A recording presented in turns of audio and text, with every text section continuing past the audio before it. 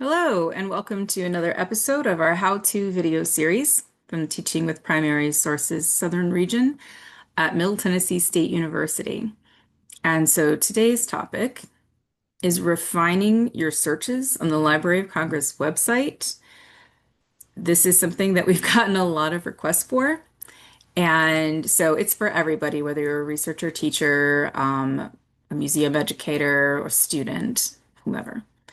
So I'm going to cover a few things in our short time together today. First, browse. Browse and see what's already been pulled together on a topic before you start searching for it. It might save you a whole lot of time. The best way to do this is to look at the research guides. So we'll look at one of those in a minute. Also, we'll talk about certain things to keep in mind for when you do a keyword search. For example, using the filters, which are the guides along the left-hand side of a search screen. It allows you to narrow down by topic, by date, by location, and of course, the most important one, making sure that you click the available online, which is usually at the bottom of that left-hand menu. That can be really helpful. We're also going to try a Boolean search. Sometimes that can save you time by combining different searches together into one. Also, one thing to keep in mind is that a lot of times primary sources were created in a different time period where they use different vocabulary and different spelling. So, what do I mean by that? Well, for instance, um, refrigerators used to be called ice boxes. And so you would want to search the term ice box. Gas stations would be called filling stations. So you want to search that term. Middle Tennessee State University started out as a teacher training education, and in the early 20th century, that was called a normal school. So you want to use that search term. Women aviators, like Amelia Earhart, uh, a more accurate search term to use would be women air pilots. And suffragist is a bit more accurate than suffragette, which mainly referred to people across the pond in the UK. Suffragist was more common in the United States. If you're looking up the Spanish influenza of 1914, don't use the word flu because they would have referred to it more commonly as influenza or even the grip, Grippe,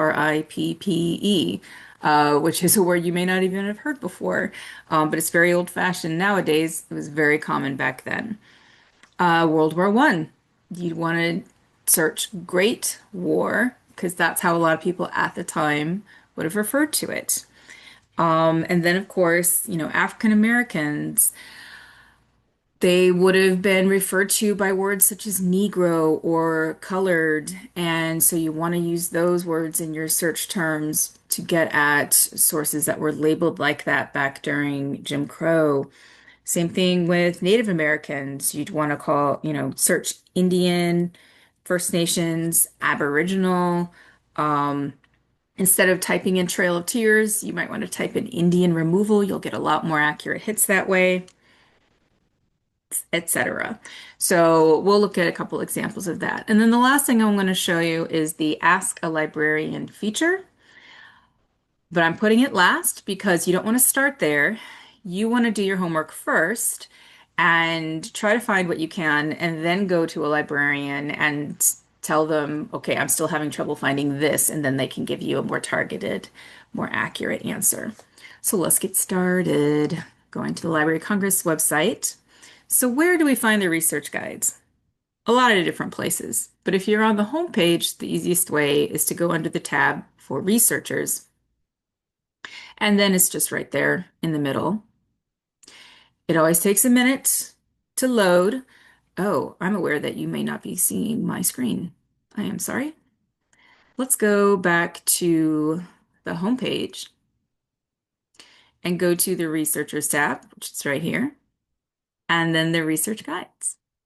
And now you have to let it load. It's going to be organized by subject. There's going to be a lot of them.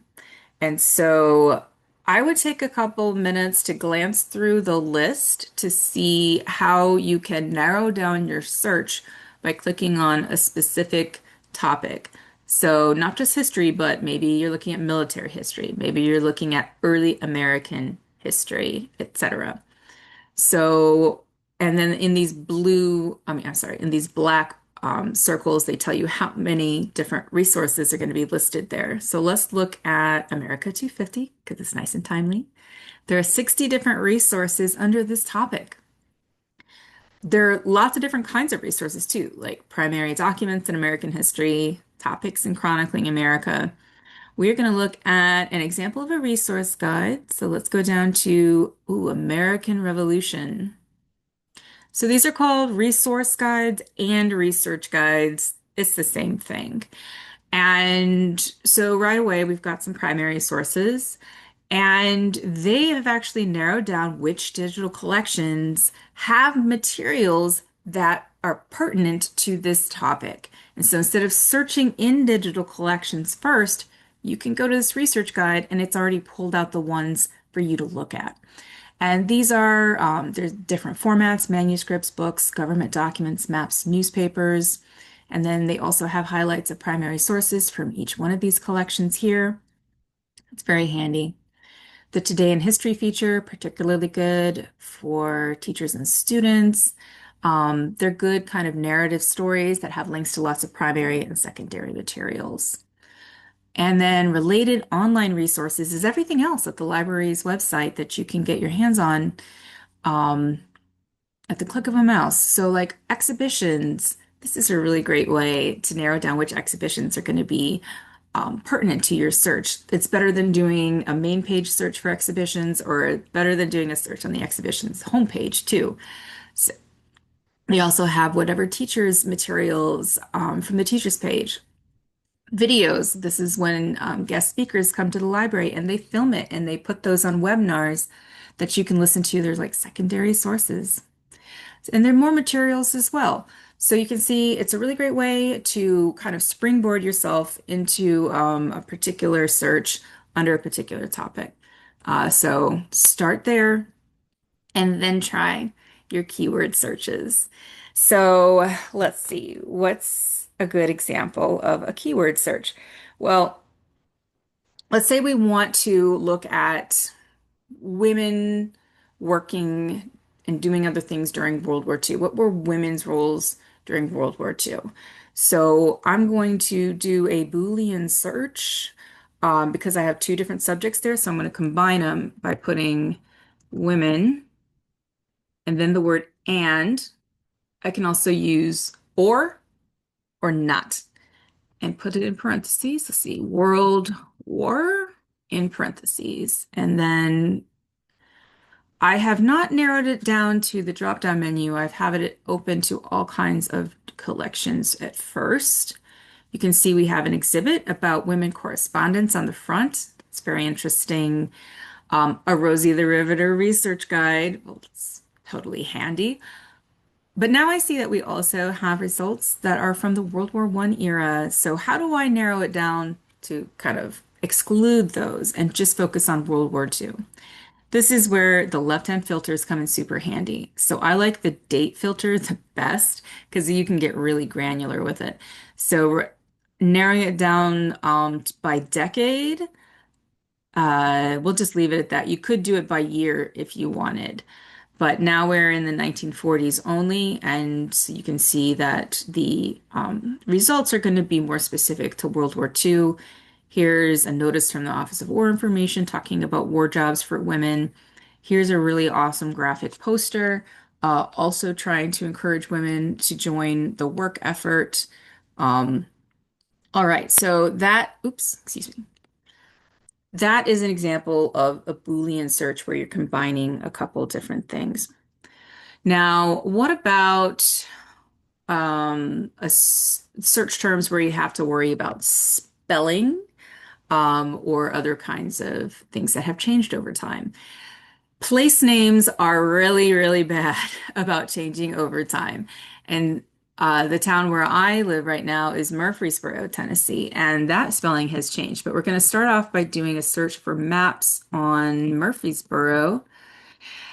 I'm just going to write Murfreesboro, but I do need to tell you that if I write Tennessee or Tenn, or TN, I will get different search results every time. So be careful how you are indicating your state, and you might need to do a few different searches. All right. So you can see I have 24 results in this particular search. Most of them are going to be from the Civil War, which I expected because we had a Civil War battle here. And then also Sanborn maps, which I'm very familiar with, like very much. All right. Now, because I'm a historian and I happen to know that Murfreesboro used to have a different spelling. So you're going to want to find out if your place name maybe has a different spelling from a different point in time. So the old spelling has a OUGH on the end. So what happens if I type that in? I actually get two results that are completely different from the ones that showed up in the previous search. Two atlases from the Civil War, where when they were making the maps, they typed this old spelling of Murfreesboro because they were going from a different source. And that's what made its way into the library metadata, which means that's how it came up in this search. So how do I combine both of those into one? Well, I go back to the spelling that is common to both of them and cut off the ending. So if you put an asterisk, it means this is the beginning of how the word is spelled, and the endings might be different. So for example, if I wanted to search both suffragist and suffragette at the same time, I put an asterisk after the G and it would search both terms. So let's see what happens when I do this. I have 26 results. And indeed, this is the combination of both of those lists that we have seen before. And so that is just kind of a useful little thing that if you do it enough will save you a lot of time. Okay, so now I want to show you the Ask a Librarian feature. And let's say there are lots of different ways to get to the Ask a Librarian feature.